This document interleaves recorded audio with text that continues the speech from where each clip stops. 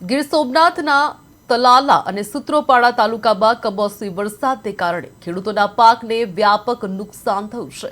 આ પરિસ્થિતિમાં તલાલાના ધારાસભ્ય ભગવાન બારડે અસરગ્રસ્ત ગ્રામ્ય વિસ્તારોની ખાસ મુલાકાત લીધી હતી અને ખેડૂતોને સરકારમાંથી સહાય આપવા માટે રજૂઆત કરવાની ખાતરી આપી હતી।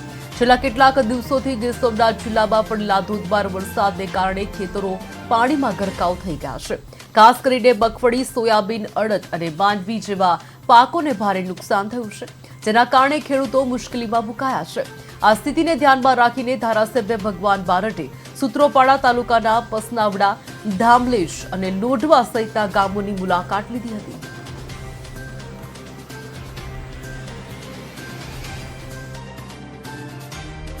ગઈકાલે લગભગ દિવસના 2 વાગ્યાથી વરસાદની ધીમી ગતિએ ચાલુ થઈ ગયો છે। વેરાવળ તાલુકામાં પણ ગઈકાલે દિવસના વરસાદ હતો। સુત્રાપાડા તાલુકામાં આજે રાત્રિના સમયે લગભગ 3.5-4 ઇંચ જેટલો વરસાદ પડ્યો છે અને એમને કારણે વ્યાપક પ્રમાણમાં મગફળીના પાકને પણ નુકસાન થયું છે। અને અત્યારે વહેલી સવારથી જ હું સુત્રાપાડા, વડોદરા ઝાલા, વાવડી, પસનાવડા, લોઢવા, સોડાજ, ગામડેજ, કમજોતર, થોયડી આ કોસ્ટલ બેલ્ટના જે ગામડાઓ છે એ ગામડાઓની મુલાકાતે પણ મેં લીધી છે।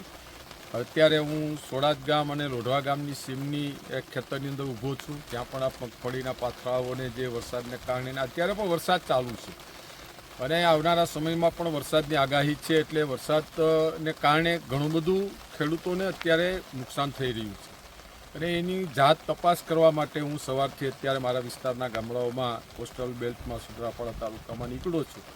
હવે અહીંયાથી જઈ અને આમનો રિપોર્ટ સરકાર સુધી પણ વાત પહોંચાડીશ। કાગળથી પણ અમે આની રજૂઆતો કરશું અને જરૂર પડશે તો ગાંધીનગર રૂબરૂ જઈને પણ આ નુકસાની બાબતની વાતો કરી અને ખેડૂતોને જેટલી પણ આમાં મેક્સિમમ સહાય મળે એવા પ્રયત્ન કરવા।